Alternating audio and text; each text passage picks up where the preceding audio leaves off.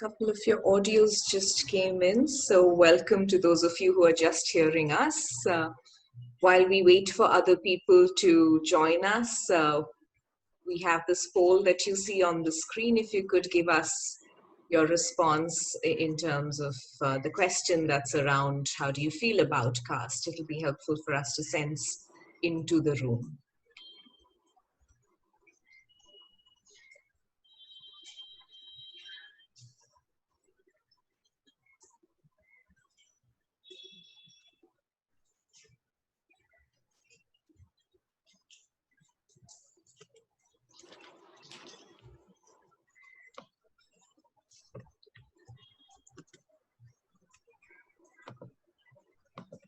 Right, we've 5 minutes past our starting time, so I think it's a good time to get started with the content of this session. Hello again, my name is Rukmini and I'll be the host for this dialogue. We are scheduled to go on for about 90 minutes. And the intention of this dialogue is to work with disturbances in our society in the moment, and to look at arriving at our own inner truth and reconcile within in a manner that eventually causes systemic change. So the hope is to work with the system in us so that the system around us eventually shifts to a new equilibrium. So with that intent, I welcome all of you, and just a few hygiene notes as we begin. All of you are muted for now. However, feel free to unmute once you go into the breakout rooms for a group dialogue. And of course, the unmute and unmute button is to the bottom left of your screen. On the bottom, on the top right of your screen, you can toggle between speaker view and gallery view, whichever helps you connect better to this dialogue. And for those of us who just joined in, please use the chat box to introduce yourself, tell us who you are and where you're from. And you would also see this poll that's in progress on the screen, where we are checking in terms of how do we sense our feeling and our connection or disconnection with the idea of caste.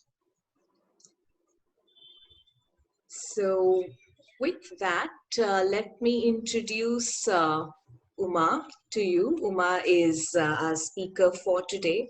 And in the first half of the session, Uma and I will share our views and our perspectives around casteism and its impact on us, and also perhaps how are we working on it as a way forward. And of course, by no means is this an absolute answer. We are sensing our way forward just as the rest of the world is. And so it is something that is emergent and that continues to evolve as our response.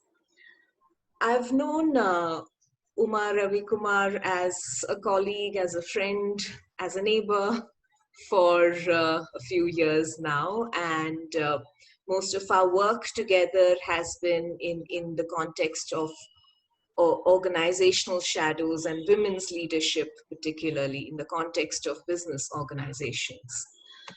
And having said that, I also know Uma in the context of her being a group relationship conference facilitator. And therefore, she does a lot of her work around understanding the unconscious aspects of systems. And systems could be social systems, corporate systems, and personal systems. And I certainly am in admiration of her dedication to that work, to be able to understand and proactively work with systems. So in the first part of this dialogue, Uma will be sharing with us her investigation and her perspectives around caste. And as you begin, Uma, if you could also speak to your identity around caste and how that plays into this dialogue, that will also be helpful to all of us. And just before you begin, let me end the poll and name that our responses have been around a lot of discomfort, anger, and shame and sadness around caste, and that there's also a response around feeling disconnection with it. And all of that is welcome, and all of that is a personal experience and a personal truth, and we certainly hold that as we step into this dialogue. So over to you, Uma. Thank you. Thank you, Rukmini, who I also fondly call as Ruk. Yeah. So very happy to see you all this morning, hear you all and know your presence in this dialogue.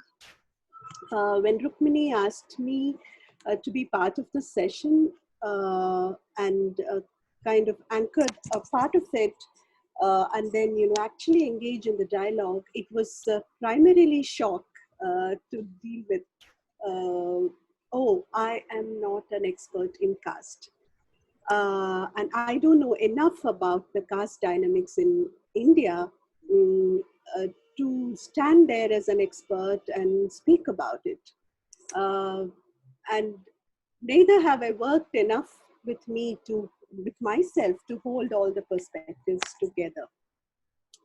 But I thought, and I have been having this sense for a while now, that being so focused on self is no way for any transformation. And looking at what we know and what I don't know, and how much of an expert I am and not an expert I am, is possibly what is coming in the way of transformation in ourselves and in the world. And it also occurred to me as a way of challenging the Brahmin in my mind, which is always saying that you've got to be perfect in knowing something before you offer anything to the world.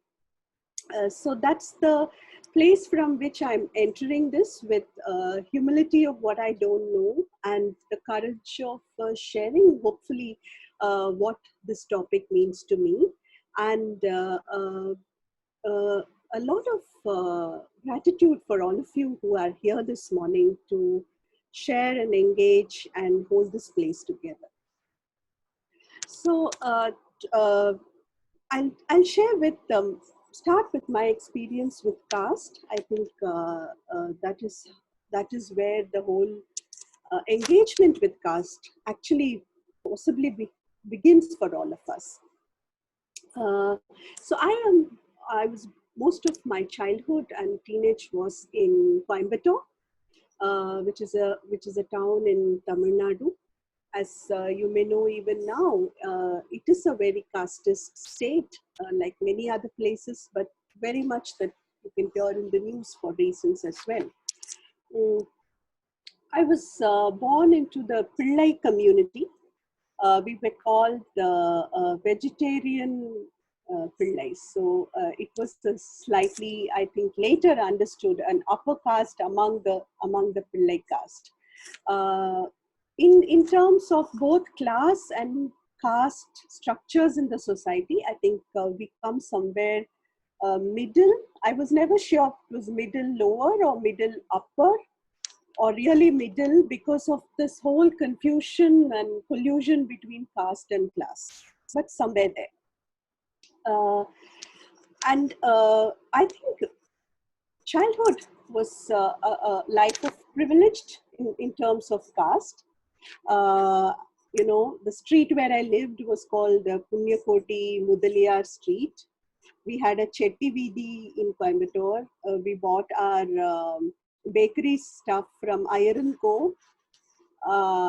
When we moved to Bangalore, it changed to Iyengar Bakery. Adair Street was there. Adair is a community that is like the Yadavas. But these were never taught or understood as caste in my mind, they were just very innocent existence of names of streets. Though there was a lot going on in society, as a privileged person, you don't see how caste is operating across. Now, this was the city life. We had a house in the village near Kangayam, which is another small town in Tamil Nadu. It was a village called Lakamanaikanpatti. It was a small village, and we had a kind of a large house in a village there. Whenever I went there, I used to be addressed like a princess. Some people came to play with me. Some were allowed to play, some were not allowed to play. There were many servants who would come to the house. Some were allowed till the threshold of the front door. Some were only allowed to the threshold of the back door. Some were allowed to the inlay, the bit of the balcony that we had. Some till the open area, and some inside the house, and maybe one of them inside the kitchen. When the maids came to wash the vessels, they would leave it at in the front of the kitchen, and we had to take it and wash it back again before it could go into the kitchen, with water. And but all this was okay, because I still didn't see anything like caste. I could only see that I was the princess, and it was a very heady feeling. To be treated and to be called and to be looked up to. So when I came from the town, there'd be people who'd come and sit just to watch. And it was a very, very heady feeling. And I thoroughly cherished and enjoyed the adulation and place that I had. If people came to drink water, they used to work in the house around, taking care of the little farm around it. There were different ways we gave water. For some people, we poured from the top onto their hand, and they would just hold like this and drink. And it was an art to learn to pour it in a way that you're not splashing on their face. And then for some people, there was a plastic bottle kept in which we gave water. And some others were allowed in, and the steel tumblers came out. Now, this was all okay. There was no sense of we are living in a casteist society or anything like that. Until cards turned around, like you see, we were not the upper caste. So we were the middle caste. And there were people of the upper caste, mostly the Brahmins. And then one had to face the other side, which is when things really struck me. I had at that point, developed some liking for Sai Baba. There was the Puttaparthi Sai Baba, and I would go for Sai Baba bhajans. I really loved it. I cherished it. It was a time for communion and Sankirtan and singing together, and it was a very together feeling. My parents weren't, but I was, and so I would go there. And every Mondays be very prompt, and I lived my life like how the Sai Baba wanted us to live, prayed and got up early and did things, and was a very devoted devotee rather. And there were others, other kids there who came because their parents also came in, and they weren't, as in my evaluation, as devoted. Now in the Sai Bhajan, there were certain people on whom Baba would come. The person of the house would declare that Baba has chosen this person, and Baba has come on them. And then everybody would come and get prasad from them, and things would be. But I was never chosen. Baba never chose me. Though I thought I loved Baba a lot and I lived like what he wanted, I obviously didn't meet some performance criteria, and I was never selected. And it left my very young mind deeply hurt and sad about why I'm not the chosen one. And every time the person who was chosen was a Brahmin. They wouldn't be so, in my view, so devoted, but they somehow very inherently got through the cutoff. And the leader of that whole group, who's also a Brahmin, would say that Baba has come on this person and that person, then they would always be a Brahmin. I think it was my first disillusion with religion and how religion was after I got through my own personal hurt.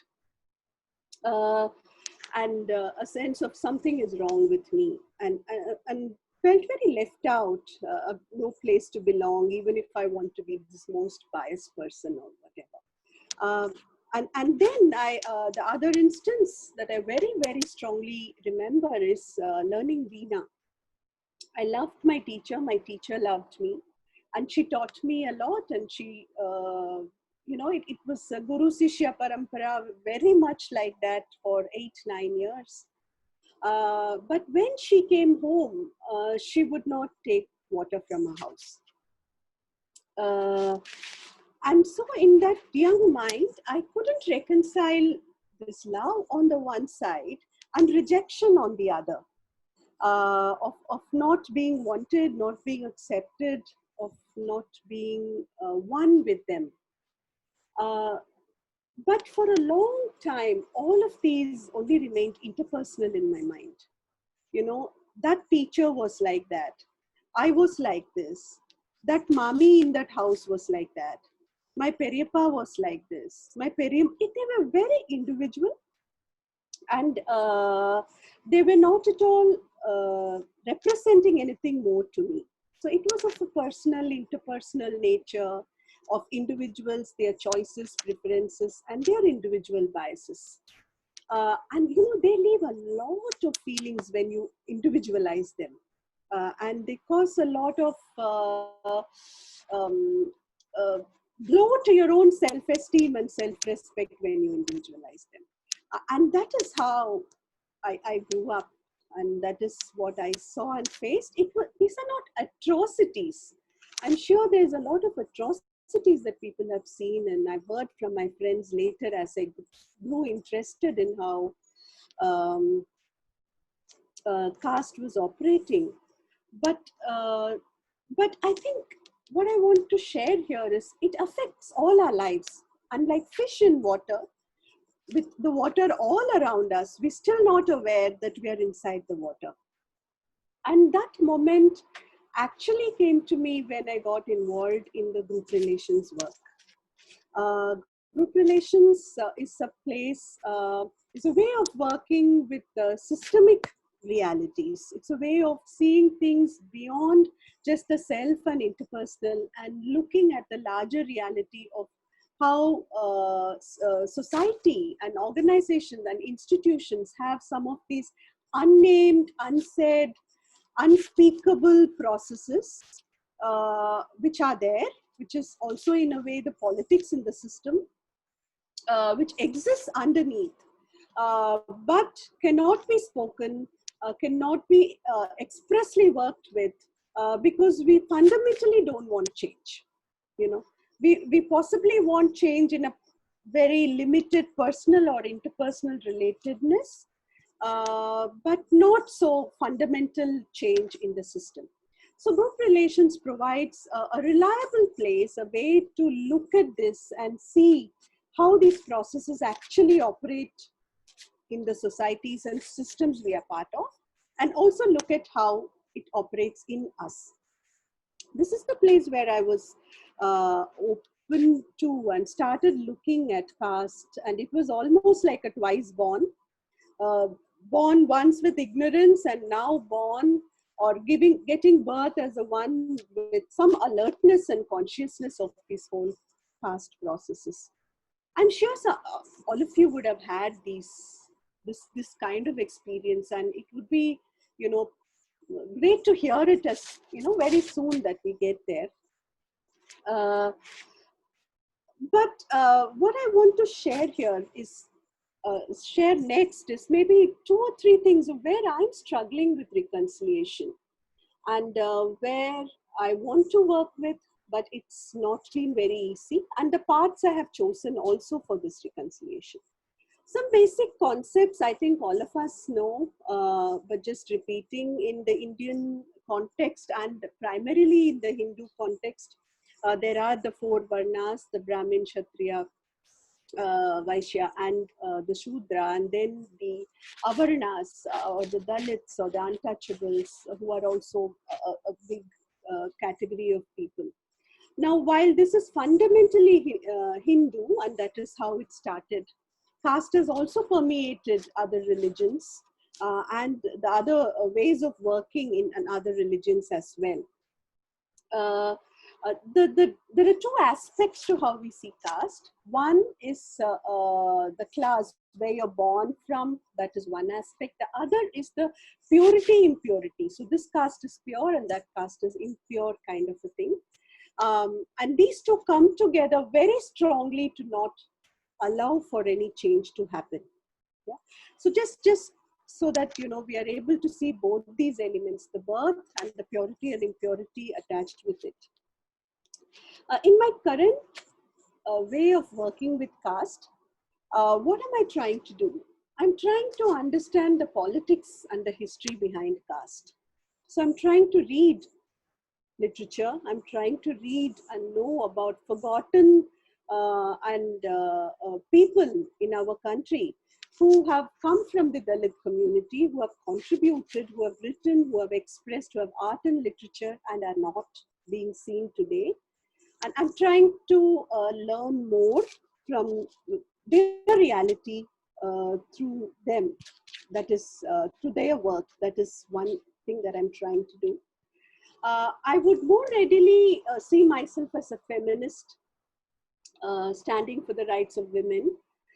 And I think over time, that's also a way of taking care of your place, of finding your power in the society, in a patriarchal society. But if you stick only to that, then you also end up becoming a feminist who is also a casteist. So if we don't include other aspects of discrimination and marginalization in the way we are thinking, I think we only serve ourselves. So the other way I'm trying to work on it is also to understand caste realities. Maybe reading the news, understanding when people are getting angry and agitated and when they're rioting and when there is violence, rather than take a stance of this is wrong or this is right, trying to understand what's really happening there. The third aspect is to own aspects of my identity. Like I shared with you, there are aspects of my identity which I'm proud of, like I'm very proud to call myself a Tamilian.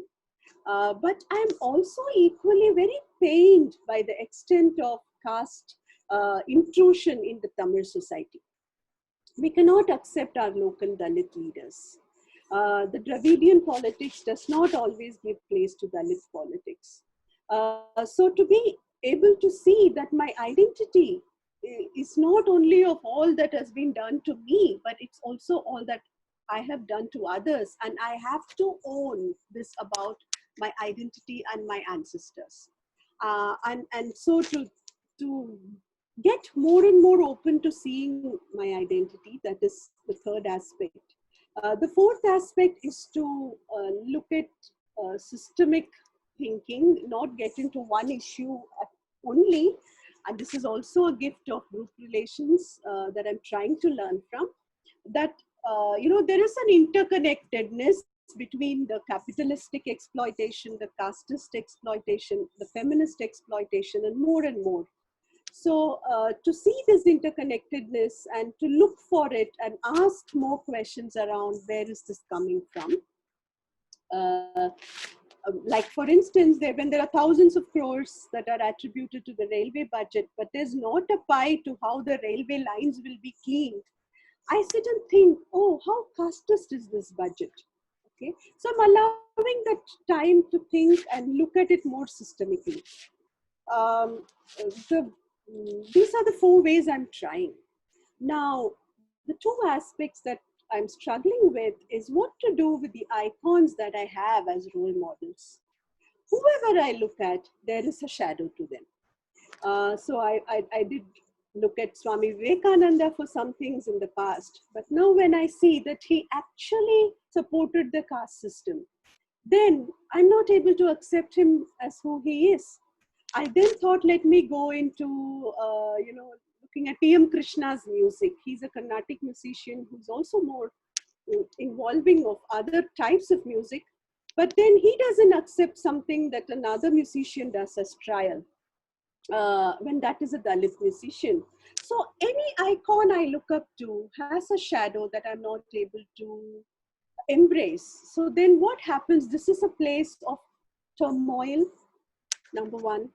Number two, and the more difficult place of turmoil is closer home. When I see my own near and dear, who are very casteist, who are very Brahminical, who do not approve of women taking on leadership, who do not approve of the struggles of the Muslims, or do not approve of the struggles of the Dalits, then I distance myself. I'm unable to love, I'm unable to accept. And I distance myself because they represent a system I want to change.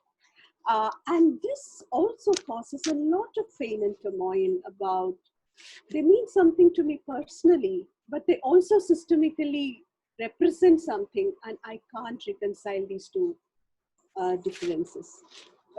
So maybe sharing and listening to what the group has to say, I think will further my journey, and that's the hope and intention with which I'm here sharing this aspect as well.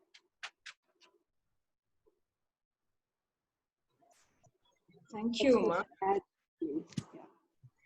Yeah. Yeah, and yeah, as you say that, I think a lot of what you say also reinforces how deep in the system this issue is, and how long it's going to take for each of us to work through it, because it's embedded in us in many ways. It's now embedded in our genetic memories.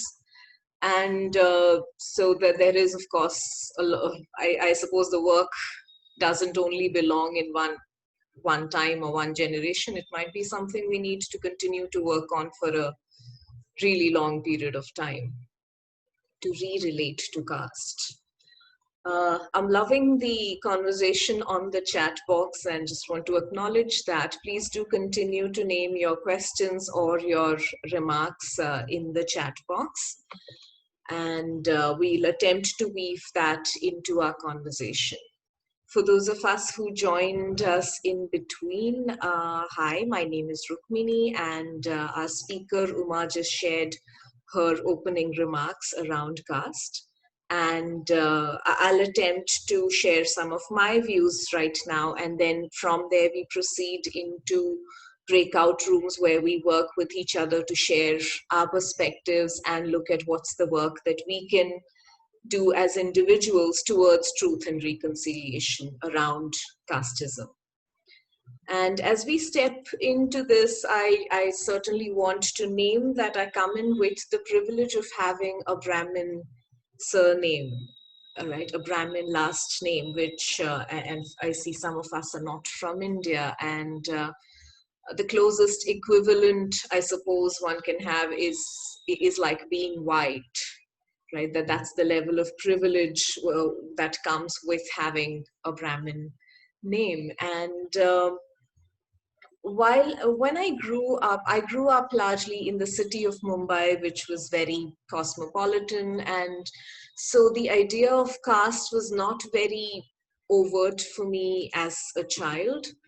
The only time I would notice it is for the first few years of my life. I often spent summer vacations in my maternal grandmother's house in Kerala, and they would have she had this very traditional house with a huge courtyard, and I noticed that there would be this person and this lady who would come in to weed out things from the courtyard, and she would do some cleaning around that place. And it was strange that this woman would never be allowed into the house. And even if she asked for water, there was, like Umar described, there was this way of pouring water, and they would sit down and receive it literally in their hands and drink it. And for someone who was city bred, that was extremely unique to watch. As a child, I didn't quite understand the discrimination or the violence in the act, but I was intrigued about it. And when I would ask my grandmother why is she not given a glass, or why is she not invited into the house to have a drink of water or food? And the response would be that she is impure. I mean, if I were to literally translate from Tamil, I think the word used was dirty. And I never quite understood it, but I was also asked to, not ask too many questions around it, but I was told, this is how things work, and there are some people that are dirty, and therefore we don't let them into the house, and there are others who are pure and clean, and therefore we let them into the house. And the violence around this certainly did not register in me as a child. It's only when I grew up and read more history, and then eventually as an adult started working in the peace building space, and most of my work is around the idea of structural violence.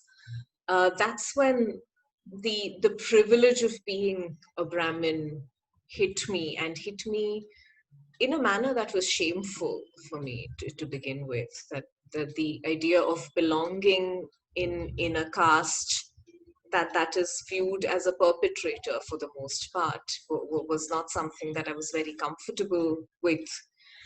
And having said that, it's only then that I started also noticing how this privilege has perhaps carried me through life, maybe even given me opportunities that I might have otherwise not got. And I was completely blind to how this privilege operated. And as one of you said on the chat box, that's the idea of privilege in caste, right? That one is able to not notice it. There is that luxury of being a Brahmin.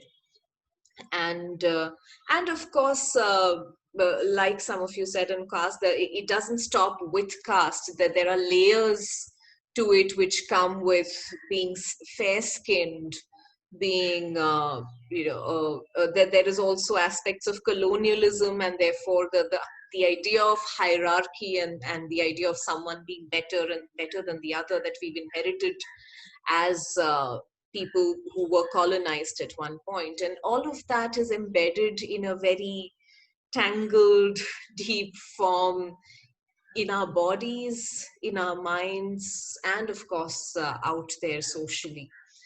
And so when we talk about caste, we're talking about layers of things that are really difficult to detangle, and yet it is important to at least attempt to work towards detangling it. And as I say this, I also want to bring back the context of this dialogue, which is that we are looking to run this series of dialogues in the months and maybe years to come, with the intent of looking at truth and reconciliation within. Right. So while there is, we've of course had historical references to truth and reconciliation commissions in various parts of the world. The idea is, if we are to look at systemic change, the change also needs to start with individuals, and therefore I'm grateful to those of us who have turned up into this dialogue, and I trust that you're here with the intention of committing to work with finding your own truth and reconciling your own uh, identities and your own realities around structural violence that you've experienced, either as a victim or as a perpetrator, even if it's unconsciously so. So thank you for engaging in this. And my work in this space right now, at least in the last few years, has largely been around working on myself, with the aspiration that even as I carry a Brahmin last name, I hope to be an ally for those that could feel supported with an ally as they struggle through their caste identity and the reality, the very harsh economic and social reality that comes with belonging in certain castes in India. before we go into our breakout rooms where we'll work with smaller groups and express how we experience caste, I'd like to share a framework which I tend to use to process through my internal work around caste, and that's something I want to bring into this conversation if that is helpful to you. And what you see here on the screen is a theosophical interpretation or a lens, not an interpretation, but perhaps a theosophical lens to view the inner structure of caste. Part of this is drawn from Helena Blavatsky's Secret Doctrine.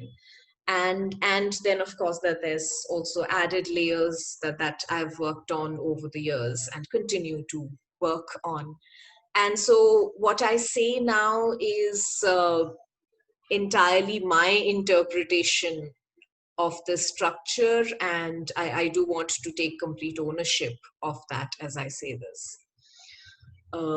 So one way that Blavatsky speaks about structures, and it is also alluded to as perhaps the beginning of the caste system in the Indian subcontinent, is around how each of us has several layers of bodies, in the sense that there is a physical gross body that's very tangible and all of us work with, that there are subtle bodies which all of us have, which are not physically visible, but they are part of our existence. So the physical tangible body that's made of gross matter is referred to as sthula, which you see on the bottom left of that table.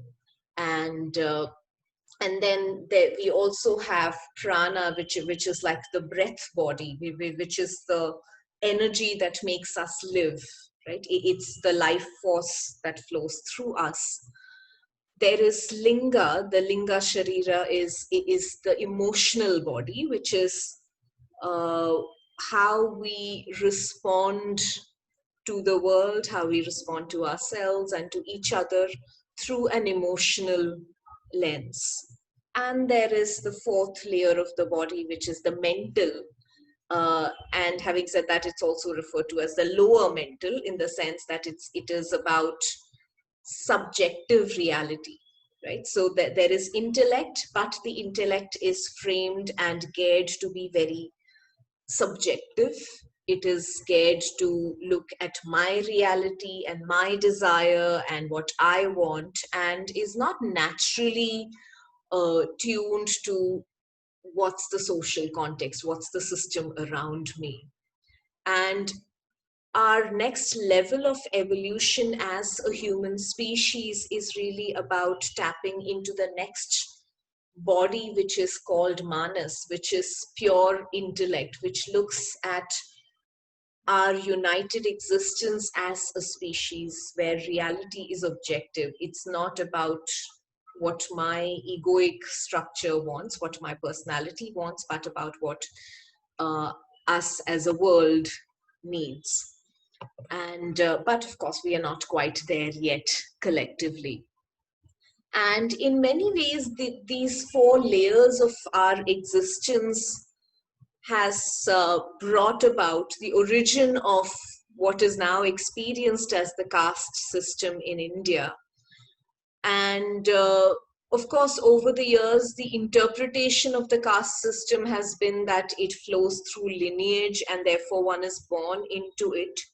Most accounts of the origin of caste system talk about it as identification of temperament, and how, depending on what temperament you see in a person at a given point in time, the person might be identified as belonging in that category and is therefore directed towards working on oneself, working on a profession that will allow for them to, in a way, build on what is needed to be learnt in that temperament so that they can move on to the next level of existence.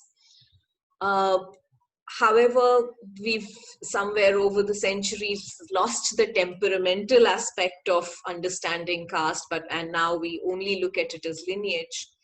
My guess is that in some ways, the colonization that we experienced first with the Mughals coming into India and then with the British coming into India, we cemented caste as something that's hierarchical and based on birth rather than something that's based on individual temperament. If we were to go back to the temperament lens, the way I connect with those four layers of caste is around uh, the Shudra being the part of me that's only concerned with self, right?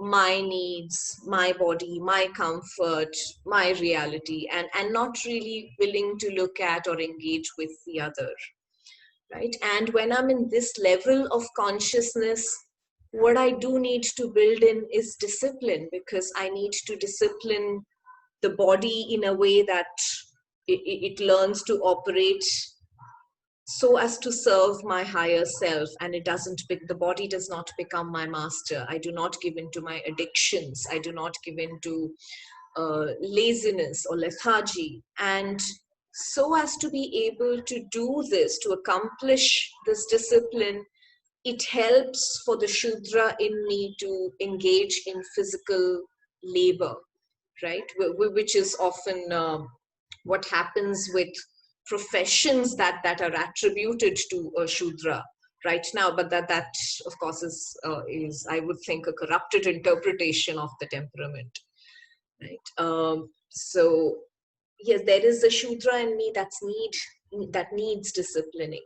There is a Vaishya in me where there are moments or there are parts of me where I'm willing to look at self, and I'm also willing to care for others around me. And the others could be friends, family, uh, my inner circle, so to say, that I really care about and want to take care of and provide for. And at this layer of consciousness, there is an element of connection. There is an element of not only being very insular, but also saying my life is more than just me, and therefore I also need to look at what's my impact on others and what's their impact on me, and work with that interaction. And similarly, as we go up the layers of consciousness to the level of the Kshatriya, then it becomes about the self and the community. The fact that I live in a world and the world has impact on me, I have impact on the world, and therefore, how do I become inclusive? How do I work with myself in a manner that the world is a better place? And in many ways, I would think that the age that we are living in is an age of the Kshatriya, where we need to really invoke the Kshatriya within to start connecting with ourselves beyond just me or my family or my community, but to look at me and the world, and the larger community that I belong in. And the consciousness of the Brahmin is around how I exist as part of this huge cosmos which contains everything that is. And beyond that theoretical understanding of it, I don't think I can even comment on what the Brahmin temperament could be like. I don't personally claim to have experienced that at all. I think I'm still looking to work on inclusion, to look at how do I actively relate to and live in a manner where my existence is not just about me, but about the entire planet. So the community includes people, other life forms, the planet itself. And how do I work with all of it and hold all of it as I live my life? That's a temperamental way of looking at caste that I have personally been working with. And yeah, that's a lens I wanted to bring in before we step into our breakout groups. So, and I see that there's more conversations coming into the chat box. Thank you for that. Please do keep that going. And let's now step into the breakout room. And here are 3 questions that I'm putting into the chat box, which we invite you to explore in the smaller groups, right? And feel free to also bring in anything else aside from these 3 questions, which we thought might help to structure the dialogue. If there are any other views or perspectives or experiences, please do accommodate those as well in your breakout groups. I'm hoping that the question is visible to you even when you enter the breakout rooms, but if it's not, it might be a good idea for all of us to copy paste these 3 questions that I've put in the chat box, maybe onto another document so that you can paste it back into your chat room in the breakout room for reference. So in the breakout rooms, which I'm creating now, you will get a join link. I'm sure most of us by now are familiar with Zoom given the length of the lockdown. You will need to click on the joining link to enter your breakout room. Please try and have your cameras on while you're speaking with each other. It might help people feel safer with each other when there is a face to put to the voice. And the breakout session will last for about 15 minutes. And you'll get a 10-second warning before you're pulled back into the main room. Once you're in the breakout room, please appoint one volunteer from your group to be the note taker who can report back to the larger group around what was discussed in the breakout group.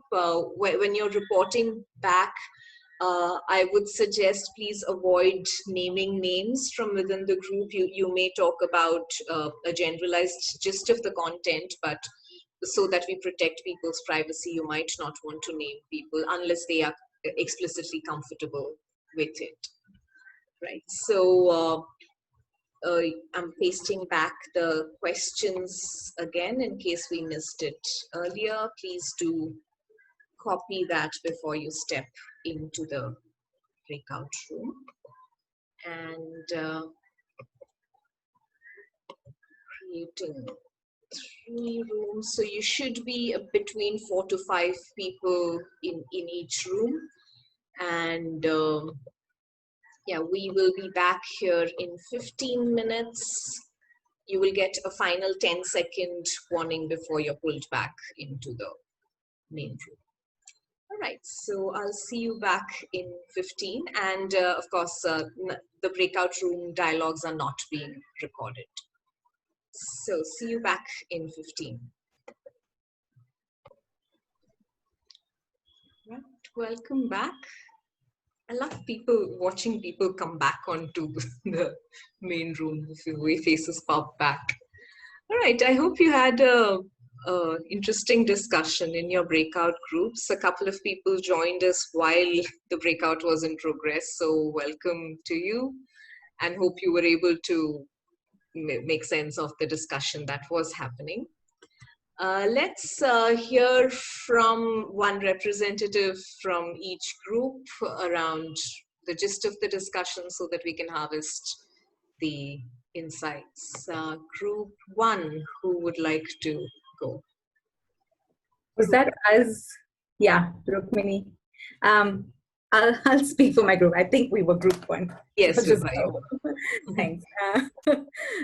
Thank you for my group partners for the conversation. I think we talked a little bit along the lines that both you, Rukmini, and Uma touched upon, of like how it was a non-conversation growing up, this idea of casteism, even though there was the presence of Dalits and untouchables, or this practices of like, don't touch them, but you can offer them food or you can offer them time.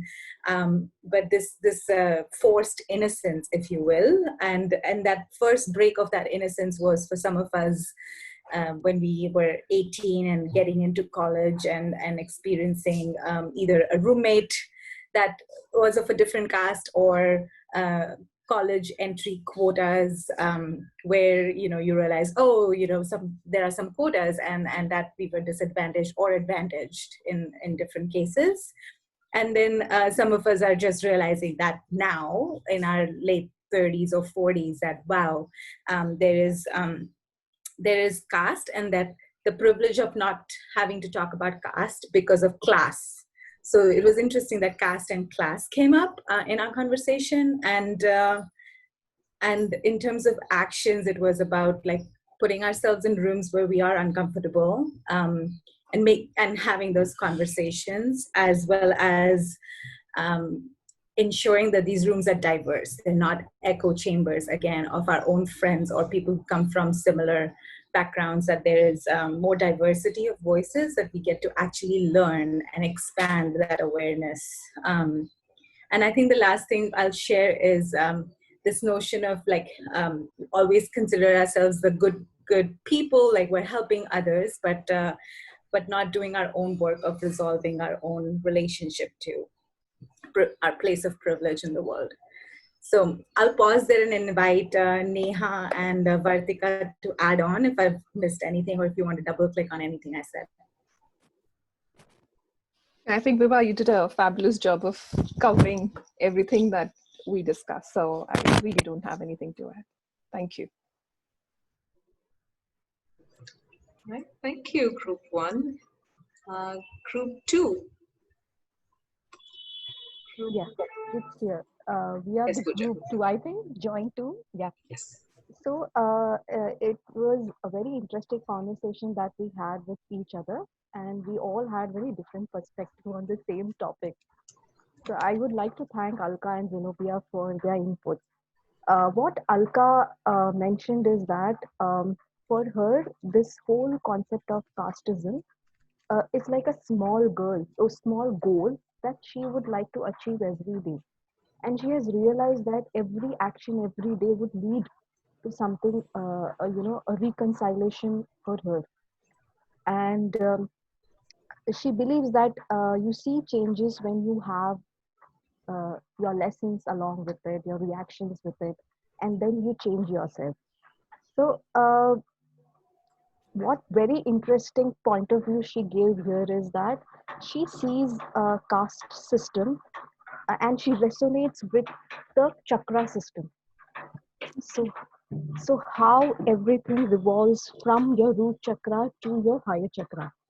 So she is right now in that space where she is relating both of it together. With Zenobia, it was the context was not on Hindu casteism, but she saw these segregation between how women were treated in her own community, being from Pas Parsi community. So, she started inquiring why there was exclusion for a certain aspect and not inclusion. And then, since she is a trainer, she had met a lot of students in her journey. And one of her students, specifically when it came to colorism, told her very clearly, you will not understand how we as dark people feel because you're fair. So that was one aspect where it shifted, it made a huge shift in her. And she was also sharing her experience when we had to come back, more experience on the same context. So and then it was my turn to give my perspective. I told them that my issue with caste is that I was always a bystander. I never did anything about it. So when I grew up, casteism was not an issue. But when my color was distinguished and oppressed, the casteism came there, and then my inquiry started from there. Also, I had a very conscious decision that at least I will not be bystander. I know that the person has his own power and will go, but not as a bystander. If something happens there which I don't feel right, I will go and speak up. And there is a lot of hope in me. Why? Because in this space, I have met a lot of people who have reconciled and healed this aspect of their life. In the caste, there are a lot of oppression happening. Maybe it's colorism, it's money, it's the way work is divided. I have seen in different aspects how they have healed those parts. So I have a lot of hope that I will also reach someday in that space where I feel healed. Um, so that's about it. So if Zenoba and Alka would like to add in something which I have missed out, please do. Thank you, Pooja. Yeah, thanks. Yeah, Alka, would you thanks, like Pooja. to I think add? you've covered it. Thank you. No, that's it. That's it. Thank you. Thank you. And yeah, I do hope that the rest of us are able to draw on your hope, Pooja, because that's so essential right now. So thank you, Group 2 and Group 3. Hi Rukmini, hi Uma, hi everyone. So we were group 3, and we also had a diverse group, like especially we had MJ from Slovenia, and so we started off by trying to understand, because she was talking about how her renown in her country and in the place where she comes from, most of this division comes from class, and we moved on from that to caste system. And one of the things that we were discussing was how obviously these both are interweaved and interrelated, but it's much more than that. And that even though you talk about even racism being similar to casteism, it's still very, very different, because one is it's by birth, because most of us all by now already know it. But apart from that, I think it's also a matter of caste being related to religion, while race is not so, and that makes it even more complicated.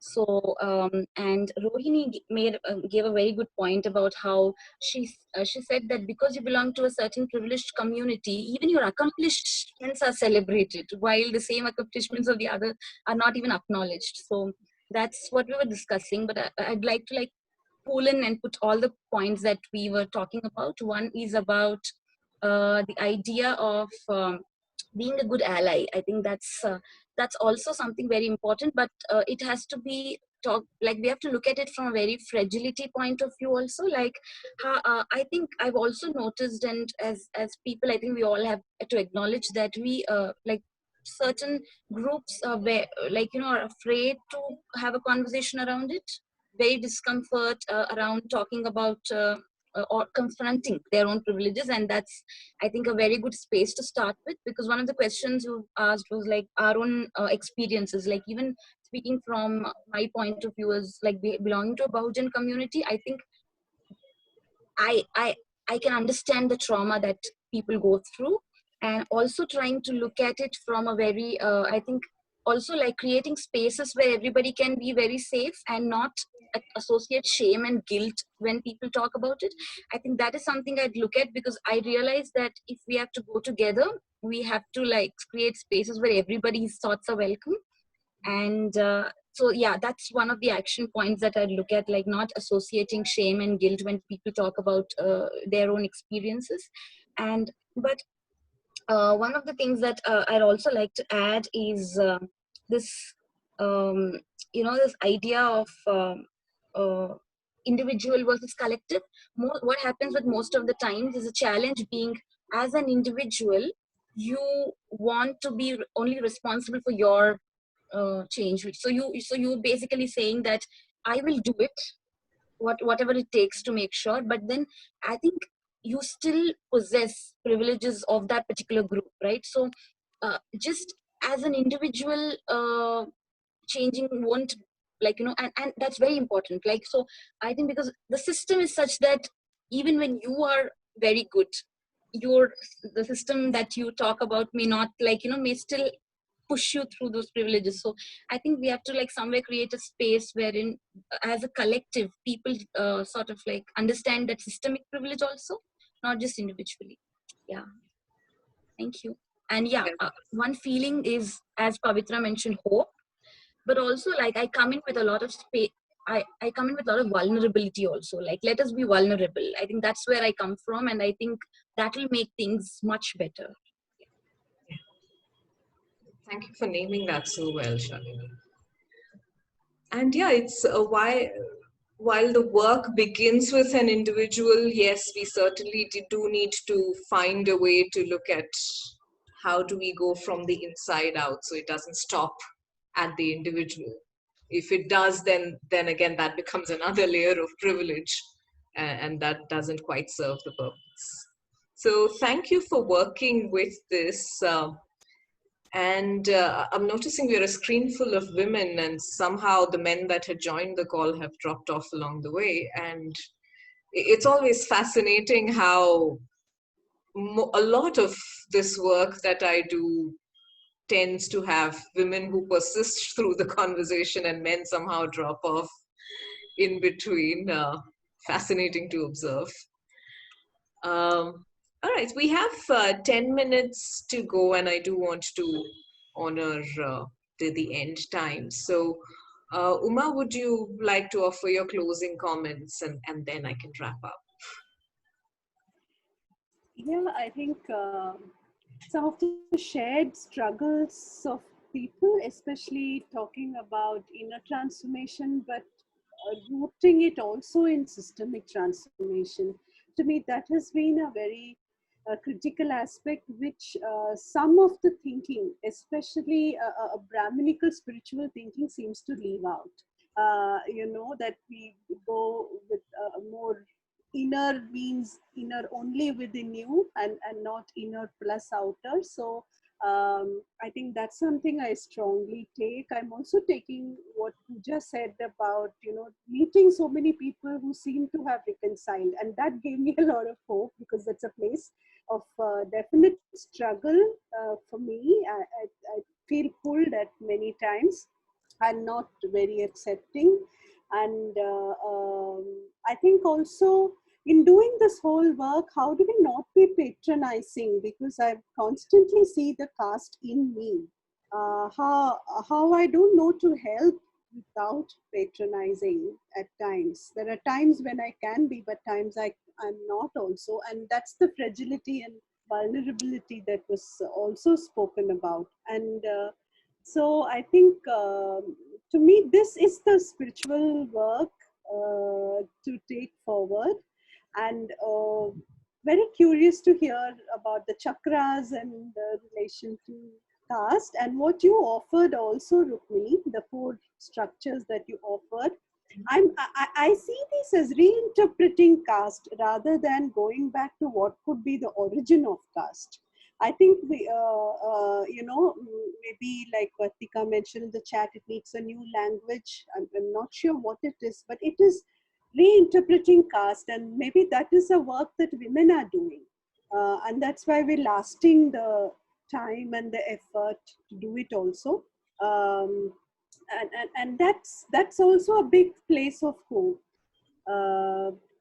From my work perspective, I just want to add one thing. I work in area of diversity and inclusion a bit, and I don't find caste being an easy topic to bring in diversity and inclusion. Every organization has D&I, and they look at it, but everything else comes in: ability, disability, everything comes in. But caste is the moment that the whole initiative drops. So I do hope in our professional work as allies, we can bring it in some ways also. I think it's going to be a push, a stretch, but how do we bring in what caste is being supported, even physically, the people they are recruiting, people they are growing, and how do we bring these dialogues into corporate places, which is where power and money is something I keep, really thinking and feeling a bit despondent about both. Yeah, it's always mixed feelings. Thank you, Uma. Shalini, I think you have a question. Since we're a small group, would you want to unmute and speak it out? Yeah, thank you so much for considering. Uma, I have a question about navigating religion. I think I seem to like deeply struggle with this idea of staying in a religion which validates casteism, and like you were born a Hindu, and though I usually do not like really follow a lot of religious practices, like every practice, every text sort of like maybe not overtly but like very covertly validates casteism. Like even this, like the government coming in, and like even the spiritual practices that we talk about, like say yoga or any other sort of activities also like deeply sort of divide and like, you know, sometimes, and I don't know, maybe it's so easy for if you're like, you know, do not like really think about it, but if you're struggling with it and you've already experienced discrimination, that sort of like really, it's like re-traumatizing your wounds. So I'm deeply like, I really want to like see how you people have navigated it. And yeah, that's a very important question I really wanted to ask. Yeah, thank you. Yeah, I think I'm only sharing my experience here, Shalini, which is of the same frustration with the religion, but also in moments, because I grew up in a religious way. Also, I quickly take to a religious symbol to kind of hold on when there is a struggle. So I'm not able to also take that away. It's there, but the religion and everything about it is very intertwined with casteism. There's no way one can escape that. Uh, I think the way people have kind of found another ways to convert to Buddhism or to follow Buddhist practices, I don't find myself being attracted to that as well as much. I read quite a bit of Buddhism, but it's not my inner, it's not aligning with my inner images, not so much the teaching. So I'm saying I'm this and that. Okay, maybe the mono thing is the problem. And I think it's not a response. I definitely understand, but I think it's my way of just quietening the disturbance in the moment.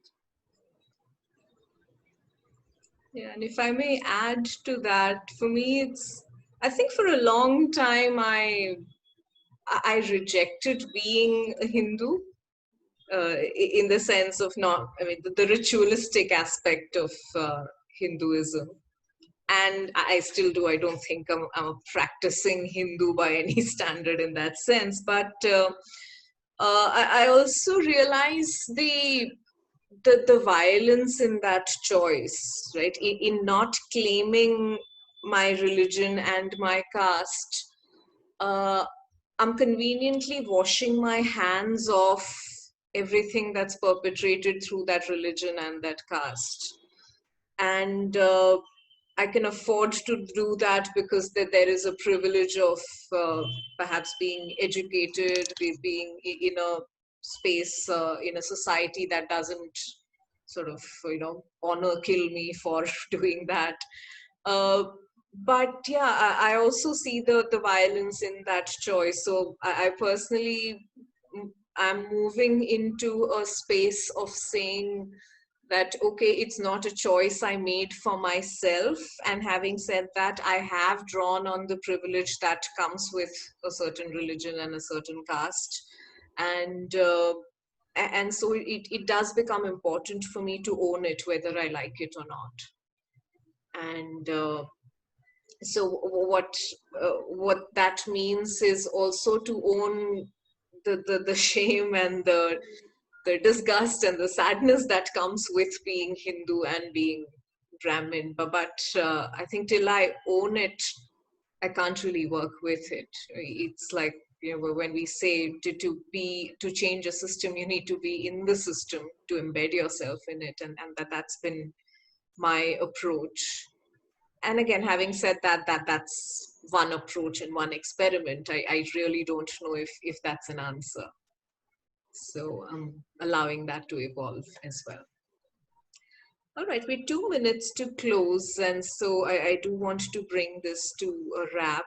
Thank you so much for engaging with this. I know it's a very uncomfortable conversation, but an essential one. And in many ways, the pandemic has brought so many of these structural violences to the fore that they cannot be ignored any longer. It makes me sad that we needed a pandemic to expose this, but nevertheless, it's a starting point. The intention of this series of dialogues that is called Look into the Mirror is to look at various aspects of structural violence that is present around the world, but with a focus on the Indian subcontinent, given that from a social perspective, that's where personally my understanding lies, and I'm open to expanding the scope of that. The intention of the series of dialogues is to address these issues that we started off with casteism today, and I do intend to go on to look at colorism, to look at age and the impact of how there's often anger against generations that in a way polluted the planet and brought it to a state of climate change that we are in, and how young people are trying hard to reclaim and rebalance the environment. So that there is that aspect of age that needs reconciliation. Religion, of course, needs a lot of reconciliation. So going forward, we're looking to explore all of these various aspects through dialogues like these. And so, yeah, look forward to your continued support and participation. My hope and dream is also that we evolve this into a movement, which is, of course, not one person's purview. So for those of us who feel called to engage with the movement, I've pasted our Facebook page and my email ID. So please do write in to me if you feel like engaging with the larger conversation going forward, and we can talk about how and what role you would want to play in that process. So with that, yeah, thank you, and maybe a quick closing poll for us to do a sense check while we step out. How do you feel like engaging with yourself when it comes to reconciliation with casteism? Give it a few seconds and then close.